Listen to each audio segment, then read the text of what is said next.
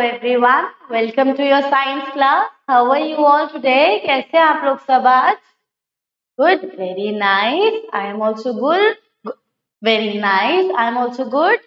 I hope you remember my name. Yeah, my name is Priyanka Madnani. Okay, well, so आज हम एक अपना नया चैप्टर स्टार्ट करने वाले हैं, लेसन नंबर 2, राइट? उसको स्टार्ट करने से पहले थोड़ा सा एक डिस्कशन कर लेते हैं. चैप्टर बहुत इंटरेस्टिंग है एंड वो रियल लाइफ से भी बहुत ज्यादा कनेक्टेड है. ऑफ कोर्स साइंस है तो रियल लाइफ से कनेक्शंस तो होंगे ही, राइट? सबसे पहले आप मुझे बताइए कि जैसे how do you feel around your best friend. आपको अपने बेस्ट फ्रेंड के साथ कैसा लगता है? सेफ, हैप्पीनेस फील होती है, राइट? And good, okay. काम, okay. Excited, okay, nice. And what do best friends do to you? वो आपके साथ मतलब आप क्या करते, आपकी क्या चाहते हैं? अच्छाई, बुराई, आपके साथ गंदा करना चाहते हैं या अच्छा करना चाहते हैं? They want to do best for you. They want to be best with you, right? फिर बेस्ट फ्रेंड्स के ऑपोजिट क्या होते हैं? Enemies, right. एक होते हैं हमारे फ्रेंड्स और एक होते हैं हमारी एनिमीज. तो बेस्ट फ्रेंड हमारी अच्छाई चाहते हैं और एनिमीज क्या चाहते हैं? लाइक हमें हर्ट करना चाहते हैं, right? They want to hurt us, they want to इधर इंजर अस, और वो चाहते ही नहीं कि हम खुश रहे. They don't want us to be happy, right? और बस मतलब हमारे बारे में से र्यूमर्स फैलाते रहते हैं, है ना? यही तो होता है. एक तरफ बेस्ट फ्रेंड है जो हमारी बहुत हेल्प कर रहा है, एक तरफ हमारा एनिमी है जो बिल्कुल हेल्प नहीं कर रहा, रादर और प्रॉब्लम्स क्रिएट कर रहा है, राइट? एनिमीज प्रॉब्लम क्रिएट करते हैं और फ्रेंड्स प्रॉब्लम के सॉल्यूशंस देते हैं. बेस्ट फ्रेंड्स, ठीक है. चलिए बेस्ट फ्रेंड्स छोड़ दीजिए, फ्रेंड्स एंड एनिमी यही रिलेशन है, ठीक है. अब what if I tell you कि सिर्फ इंसान ही नहीं, एनिमल्स भी नहीं, माइक्रो ऑर्गेनिजम्स जानते हैं? अब माइक्रो ऑर्गेनिजम्स जो बहुत ही छोटे छोटे ऑर्गेनिजम्स हैं, मे बी यूनिसेल्युलर और बीट मल्टी सेल्युलर, बहुत ही छोटे छोटे, ज्यादातर यूनिसेल्युलर, मल्टी सेल्युलर तो बड़े हो गए, यूनिसेल्युलर ऑर्गेनिज्म जो 1 to 2 सेल्स ऐसे कुछ बड़े हैं, बस बहुत ही छोटे से, वो हमारे फ्रेंड्स भी है और एनिमीज भी हैं. वो ऑर्गेनिज्म जिनको आप कभी देख ही नहीं सकते नेकेड आई से, बिना माइक्रोस्कोप के वो दिखेंगे नहीं, तो सोचो वो आपके फ्रेंड्स कैसे हैं. और दिख नहीं रहे हैं पर वो नुकसान भी पहुंचा सकते हैं, वो इतने बड़े एनिमी हैं. अब आप सोचो कोरोना वायरस था ना, तो कोविड-19 जो हुआ मतलब वो पूरे वर्ल्ड में कितना अफेक्ट कर गया. वायरस किसी को दिख पाया कि हवा में ये देखो वायरस उड़ता हुआ जा रहा है? नहीं ना. या वायरस मेरे बगल में बैठा है? हाँ बैठा तो ऑफ कोर्स था बगल में, क्या मुझे दिखा? बगल में था, हवा में था, तभी तो लॉकडाउन हो गया था पूरे वर्ल्ड में कि आप बाहर मत निकलो क्योंकि बाहर वायरस ही वायरस है. पता नहीं कहाँ कहाँ वायरस उड़ के कहाँ चले जाए, क्या हो, आप क्या टच कर लो उसमें वायरस ऑलरेडी हो. तो ये सारी चीजें बहुत थी. अब जो ना दिख रहा है, ना सुनाई दे रहा है, ना टच हो पा रहा है, ना फील कर पा रहे हैं, वो हमारा इतना बड़ा एनिमी था कि पूरा वर्ल्ड उसके अगेंस्ट फाइट करने में लग गया. फाइट कैसे? अपनी इम्यूनिटी स्ट्रॉन्ग करो, अपने आप को स्ट्रॉन्ग बनाओ, दिस दैट, ये दवाई वो दवाई. सोचिए एक माइक्रो ऑर्गेनिज्म ने पूरी दुनिया हिला दी. और फिर जब हमें बुखार होता है तो आपने सुना डॉक्टर आपको एंटीबायोटिक्स देते हैं, बैक्टीरिया भी. अच्छा चलिए सबसे अच्छा है हम दही खाते हैं, सबको कर्ड बहुत पसंद है, कर्ड राइस, दही वाली कड़ी या कोई भी कर्ड, योगर्ट, हम कर्ड, दही पकौड़ी, सबको दही से रिलेटेड चीजें पसंद है. तो दही जम कैसे रहा है? दही, क्योंकि दही बेटा हमें ऐसे क्यों नहीं होता ना, हमें तो सिर्फ दूध मिलता है ना एनिमल से, काओ बफलो हमें सिर्फ दूध देती है, दही थोड़ी ना देती है। दही और पनीर तो हम बनाते हैं उस दूध से। तो हम कैसे बना रहे हैं पनीर, तो चलिए ठीक है, मैंने दूध उबालते टाइम उसमें नींबू डाल दिया, विटामिन सी डाल दिया, तो वो पनीर बन गया क्योंकि दूध फट गया। पर दही में थोड़ी ना मैं कुछ ऐसा डाल रही हूँ। दही बनता है एक बैक्टीरिया से, जो हम बोलते हैं ना कि दही खाओ पेट सही रहेगा। अच्छा पेट खराब है तो दही खाओ, दही का मट्ठा बनाओ, दही का छाछ बनाओ, दही दही दही। हम बोलते हैं दही हमारी बॉडी के लिए सबसे ज्यादा हेल्दी है, पर वो हेल्दी बन कैसे रहा है, मतलब वो बन ही कैसे रहा है एक्चुअली, वो बन रहा है एक बैक्टीरिया से।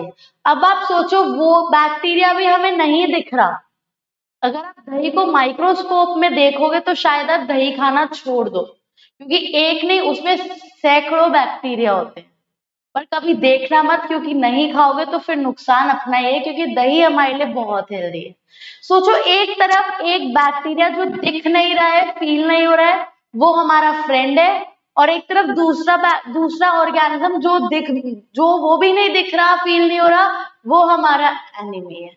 तो ऐसे बहुत सारे हमारे माइक्रो ऑर्गेनिजम्स है जो हमारे फ्रेंड है और फो मींस एनिमी है। तो बस उन्हीं माइक्रो ऑर्गेनिजम्स के बारे में और उनके बेनिफिट्स और डिसएडवांटेजेस के बारे में हम आज चैप्टर में पढ़ेंगे। But I want you to read the chapter after the videos.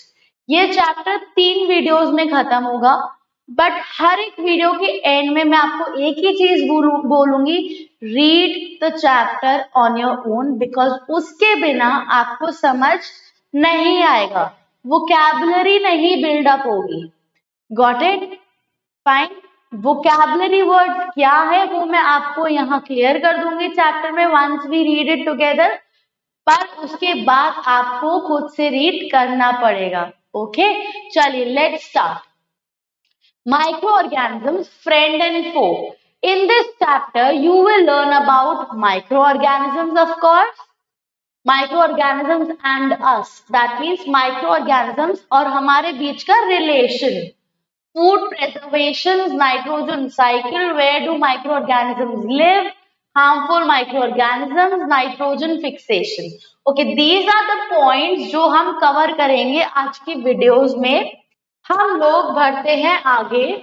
Living organisms, a number of organisms whether they are small or big can be observed easily with naked eyes। जैसे we are also organisms, हम भी organisms है, बस फर्क इतना है हम multi cellular organisms है। लाइक हमारे पास बहुत सारे सेल्स है। Cell is the basic unit of life, we all know that right. Cell is the structural unit of a human body। सबसे पहले सेल बना था, फिर सेल से सेल्स बने, फिर उन सेल्स से बहुत सारे सेल्स, टिश्यूज से ऑर्गन से पूरा ऑर्गन सिस्टम। Got it? तो ऐसे बनी है ह्यूमन बॉडी, और ऐसे ही बनी है किसी भी एनिमल की बॉडी। ओके सो हम सब मल्टी सेल्यूलर है, हमारे पास बहुत सारे सेल्स है, इसीलिए हम इतने लंबे होकर दिख रहे हैं। बट कुछ ऑर्गेनिजम्स होते हैं यूनिसेल्यूलर, बस एक सेल होता है, ओनली वन सेल। और we can be seen by naked eyes because we are multi cellular.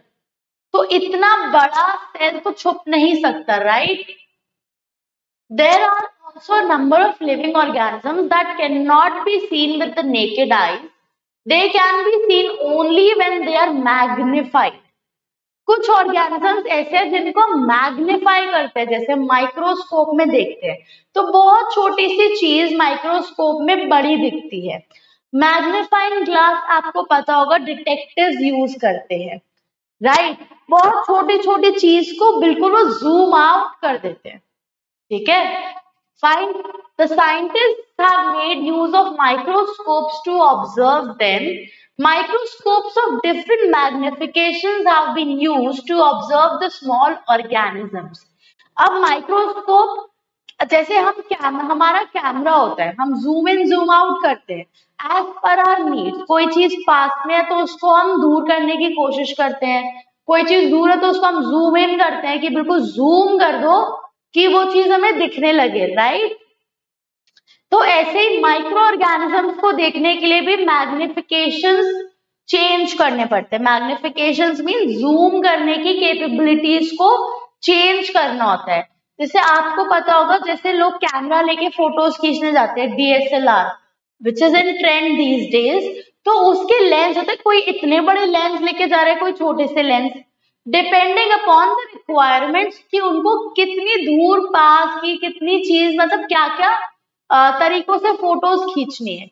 ऐसे ही माइक्रो ऑर्गेनिजम्स है, सेम मैग्निफिकेशन से नहीं दिखेंगे।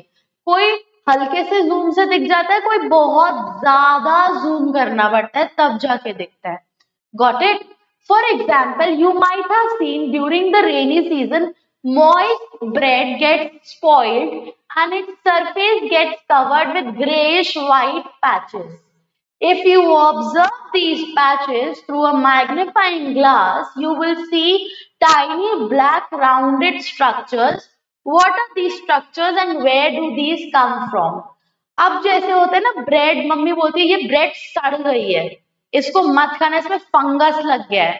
होता है ना जब ब्रेड को बहुत टाइम तक बाहर छोड़ दो, अगर वो हल्की सी है, अगर वो हल्की सी गीली है, थोड़ा सा भी मॉइस्चर है, तो वो ग्रीन ग्रीन सी हो जाएगी, ग्रेइश ग्रीनिश सी हो जाएगी और उसमें स्मेल भी आने लगेगी। तो मतलब उसमें फंगस ग्रो कर गया है। अब हमें तो एक, जैसे ये ब्रेड का टुकड़ा हो गया, ठीक है, अब हमें तो एक पैच लग रहा है, उस पैच में बहुत सारे छोटे छोटे छोटे छोटे छोटे छोटे छोटे छोटे डॉट्स होंगे, वो बेसिकली मोल्ड कहते हैं, हम आगे पढ़ेंगे उसको, उसको कहते हैं मोल्ड्स। तो वो बेसिकली फंगस है जो लग गया, जो मेरे ब्रेड को खुद खा रहा है और वो ग्रो कर रहा है, इसलिए वो ग्रीन कलर की होती जा रही है ब्रेड। धीरे धीरे ब्रेड यहाँ से बिल्कुल होल हो जाएगा और वो कॉलोनी कहीं और दिखेगी हमें ग्रीन कलर की ब्रेड का दूसरा हिस्सा खाने के लिए। Got it? So the branch that deals with the study of microorganisms is called microbiology. जैसे बायोलॉजी होती है जिसमें हम एनिमल्स पढ़ते हैं, केमिस्ट्री जिसमें केमिकल रिएक्शंस और नेचर पढ़ते हैं, नेचुरल फिनोमेना, फिजिक्स जिसमें बाकी के फिनोमेना पढ़ते हैं कि ग्रेविटी है कि क्या है, ऐसे माइक्रोबायोलॉजी जिसमें हम सिर्फ माइक्रो ऑर्गेनिजम्स के बारे में पढ़ते हैं, उसे कहते हैं microbiology. Got it? Microorganisms. A microorganism or microbes is a living organism that can only be seen using a microscope. That can only be seen using a microscope. Let us perform the following two activities to find answers to the above questions. इसमें क्या है? Observation of microorganisms present in water. Collect water from different sources like drain, well, canal, lake, pond, and river in clean glass test tubes. Observe it with a magnifying glass. Put a drop of water one by one on glass lid and observe it under the microscope. So basically क्या होता है, जैसे lakes, pond, इन सब में कोई RO system थोड़ी ना लगा है। हमारे घर में तो चलिए आरओ लगा है या मिनरल वाटर आता है या मिनरल वाटर बाहर से लेके पीते हैं, जो बेसिकली फ्री है, किससे? माइक्रो ऑर्गेनिजम्स से। Got it? आरओ में माइक्रो ऑर्गेनिजम्स का ट्रीटमेंट होता है ना कि हम कोई माइक्रो ऑर्गेनिज्म ना पी ले, क्योंकि कुछ तो फ्रेंड है बट कुछ तो एनिमी है। अगर एनिमी वाला पानी पी लेंगे तो फिर क्या होगा? प्रॉब्लम्स होंगी। तो इसीलिए हम क्या करते हैं, टेस्ट कर सकते हैं। हमने लेक से पानी लिया, पॉन्ड से लिया, डिफरेंट डिफरेंट सोर्सेज से हमने पानी लिया, एक एक ड्रॉप एक एक ग्लास स्लाइड में मैंने ऐसे डाल दी, उसको कवर कर दिया कवर स्लिप से, फिर माइक्रोस्कोप से इसको ऑब्जर्व कर रही हूँ, तो मुझे कुछ माइक्रो ऑर्गेनिजम्स दिखेंगे। सेम चीज ऐसा होगा जब मैं सॉइल के साथ करूंगी, ठीक है। तो above activities point to one conclusion that the water, air and soil around us are full of living organisms. इस एक्टिविटी का ये कंक्लूजन है कि एयर हो, वाटर हो या सॉइल हो, हर जगह माइक्रो ऑर्गेनिजम्स प्रेजेंट है जो हमें नेकेड आई से नहीं दिख रहे। अब आप मुझे बताइए कि हमें हर बात पे जुकाम क्यों हो जाता है, कोल्ड क्यों हो जाता है? क्योंकि माइक्रो ऑर्गेनिज्म है हवा में, वी आर इनहेलिंग, हम सांस ले रहे हैं, हवा अंदर जा रही है। हमारी बॉडी में या नाक में ऐसा कोई सिस्टम नहीं है जो उस वायरस या बैक्टीरिया को फिल्टर करके बाहर भेज दे रहा है। Got it? वो वायरस हमारे अंदर जा रहा है, वो हमारे सिस्टम को अफेक्ट कर रहा है, इसलिए हमें कोल्ड हो जा रहा है बार बार। Got it? फाइन। तो हर जगह माइक्रो ऑर्गेनिजम्स है। हम ऐसा नहीं कर सकते कि हम अवॉइड करें टोटली, कि हम बिल्कुल ही स्टेरिलाइज्ड वर्ल्ड में रह लें, क्योंकि अगर स्टेरिलाइज्ड वर्ल्ड होगा तो फ्रेंड्स वाले माइक्रो ऑर्गेनिजम्स भी तो मर जाएंगे। Got it? अगर फ्रेंड्स है तो एनिमीज भी है, साथ में चलेंगे। ये तो हमारे ऊपर है कि हमें प्रिवेंट किस चीज को करना है, फ्रेंड्स को या एनिमीज को। तो एनिमीज से हमें अपने आप को प्रिवेंट करना है। Got it? So these organisms are very small and are not visible by the naked eye. They are very small. मतलब समझ लो ये डॉट जो मैं बना रही हूँ ये भी बहुत ही बड़ा हो गया माइक्रो ऑर्गेनिज्म के आगे, क्योंकि ये तो आप देख पा रहे हो बहुत ही ज्यादा स्मॉल। ठीक है? Major kinds of micro organisms include bacteria, उसको सिंगुलर मतलब एक बैक्टीरिया को हम बोलते हैं बैक्टीरियम। फंगाई, सिंगुलर को बोलते हैं फंगस। प्रोटोजोआंस, एल्गी, सिंगुलर एल्गी को बोलते हैं एल्गा। वायरसेस, सिंगुलर को बोलते हैं virus. So basically bacteria, fungus, protozoan, algae and virus, ये 5 कैटेगरीज है जो हमारी माइक्रो ऑर्गेनिजम्स जो माइक्रो ऑर्गेनिजम्स है, हमारी 5 कैटेगरी के माइक्रो ऑर्गेनिजम्स है, bacteria, fungus, protozoan, algae and viruses. So basically हवा, सॉइल और पानी में ये 5 तरीके के हैं। अब इनके भी और फॉर्म्स होते हैं, जैसे बैक्टीरिया सिर्फ एक नहीं हुआ, ट्यूबरकुलोसिस दूसरे बैक्टीरिया से हो रहा है तो कॉलेरा दूसरे बैक्टीरिया से हो रहा है। ठीक है? और जैसे हमें मलेरिया किसी और चीज से हो रहा है तो उसी फैमिली के सपोज कोई और बीमारी किसी और टाइप के बैक्टीरिया से हो रही है। तो बैक्टीरिया तो ये जनरल हमने यूज किया, ऐसे बहुत सारे बैक्टीरियाज हैं। जैसे डॉग की कैटेगरी आप समझ लो, हम डॉग जनरल टर्म बोलते हैं ना, पर डॉग की ब्रीड्स कितनी होती है। ऐसे बैक्टीरिया मैं जनरली बोल रही हूँ, बैक्टीरिया के और भी टाइप है, और भी स्पीशीज है रादर। अब क्योंकि हम साइंस से डील करें तो हम साइंटिफिक वोकैबुलरी यूज करेंगे। आई विल नॉट से टाइप, जब भी मैं एनिमल्स या किसी की बात करूंगी आई से स्पीशीज। ओके? सो उनकी स्पीशीज भी अलग अलग है, जैसे स्फेरिकल है, रॉड शेप है, स्पाइरल है।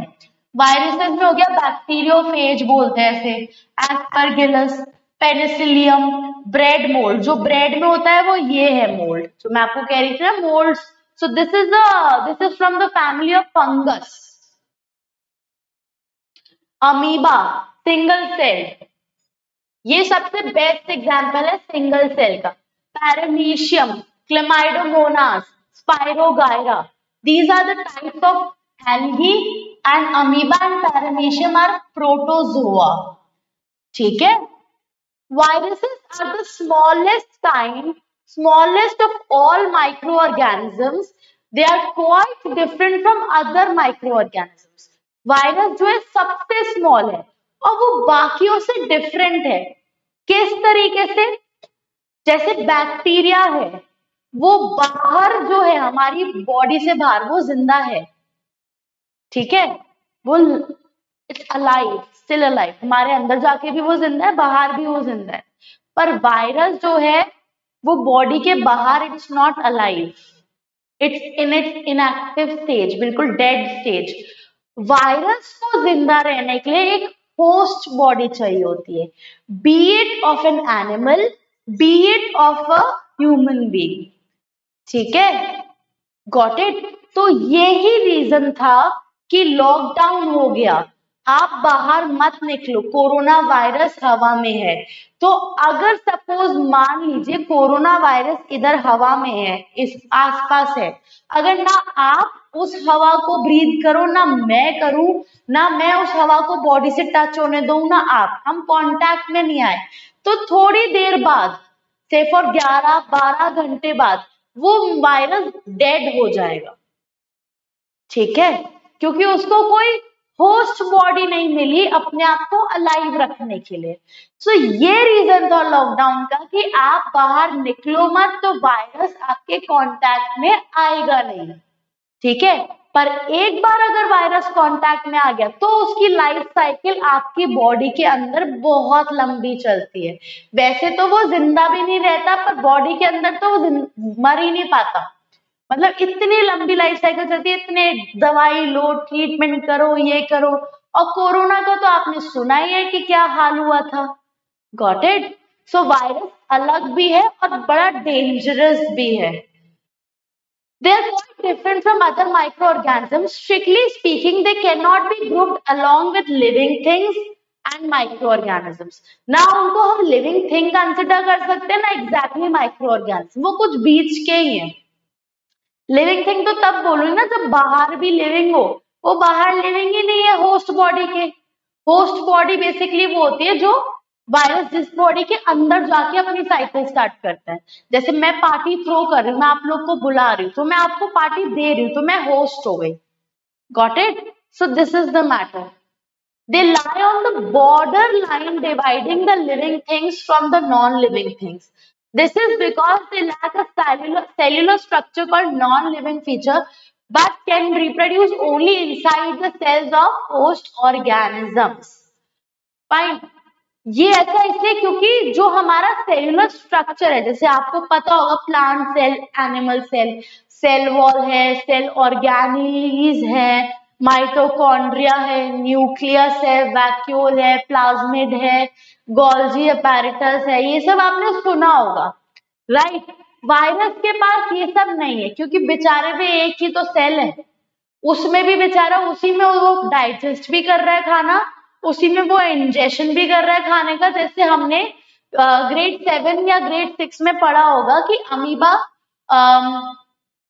अमीबा का जो फीडिंग हैबिट है वो बड़ा डिफरेंट है। अमीबा के पास ना पैर है ना हाथ है, बट जब भी वो खाना खाता है, सपोज यहाँ खाना है, तो वो एक वैक्यूल बना लेगा फॉल्स फीड से, जिसे हम कहेंगे सूडोपोडिया। तो अब वो बेचारा इस सेल से खाना ही खा ले, बहुत बड़ी बात है।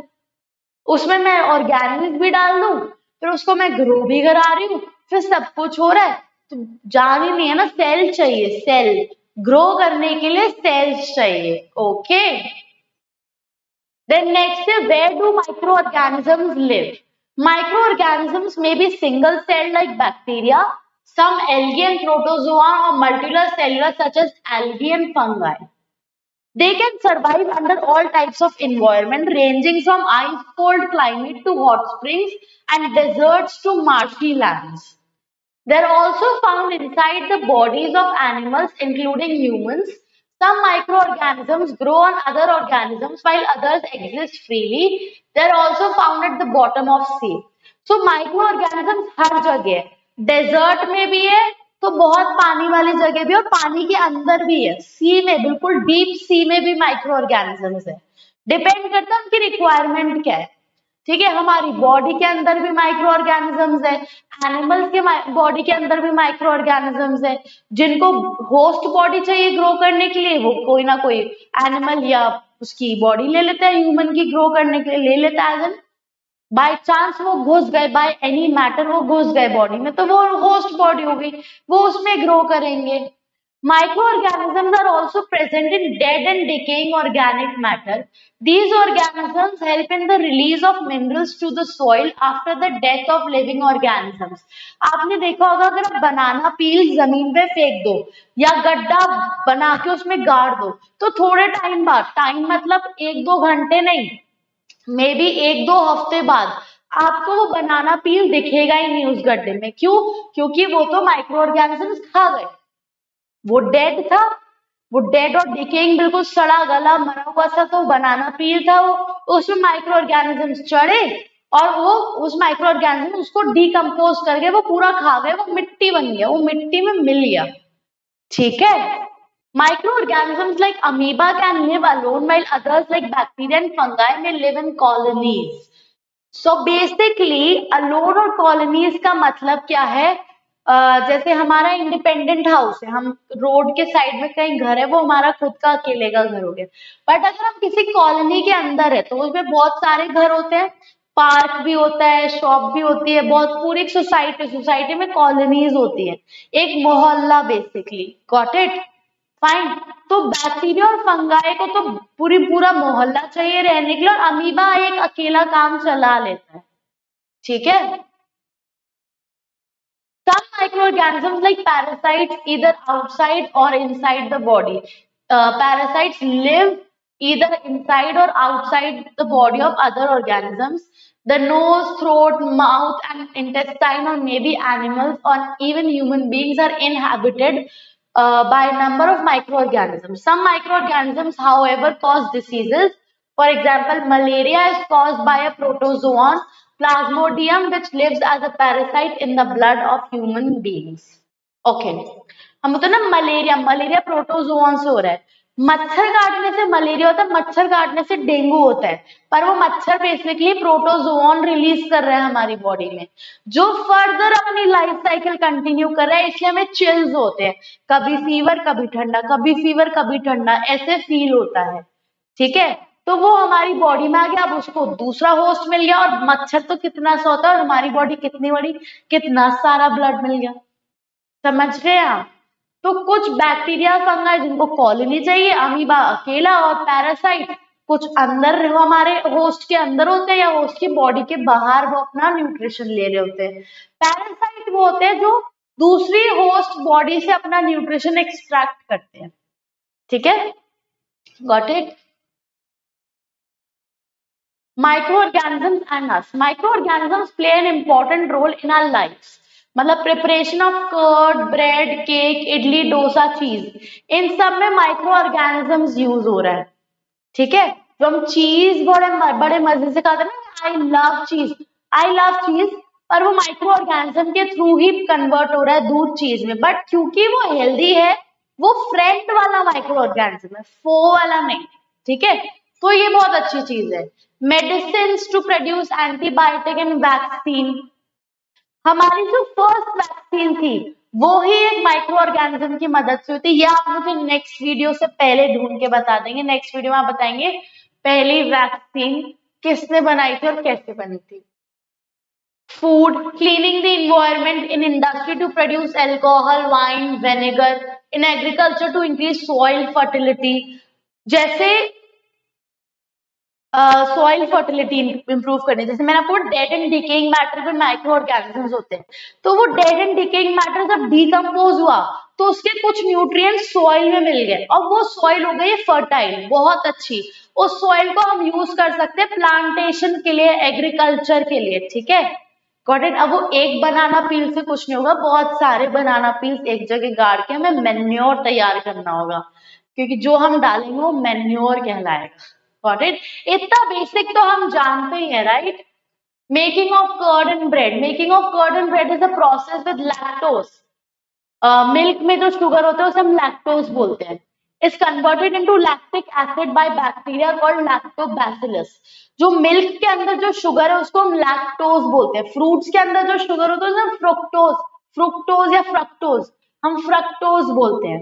बट जो लैक्टोज है वो शुगर से हो जाता है एसिड में कन्वर्ट, मतलब कार्बोहाइड्रेट से एसिड में कन्वर्ट हो जाता है लैक्टोबैसिलस की हेल्प से. फिर जब एसिड में कन्वर्ट हो गया तो दूध तो जमना स्टार्ट हो ही जाएगा. तो बस ऐसे ही दही जम जाती है.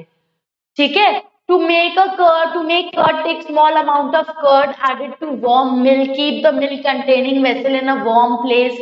इसका सबसे अच्छा तरीका पता है क्या है? आपकी मम्मी जानती है कि दूध से दही कैसे जमाते हैं.